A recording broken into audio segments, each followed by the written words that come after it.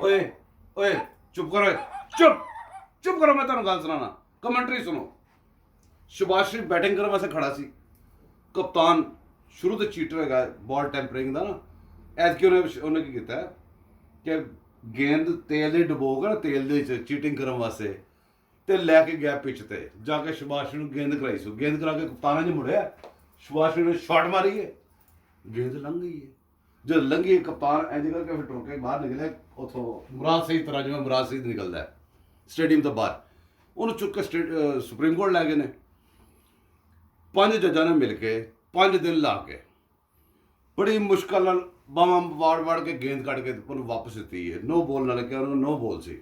उन्हें कहा तेरा प्यो शुभाश्री उत्थे ही खड़ा ही बैट लैके ए गेंद फड़ जाके उन्होंने दोबारा गेंद करा, तो हम जा रहे थे दोबारा गेंद कराने वास्ते। देखो उनकी बंद है।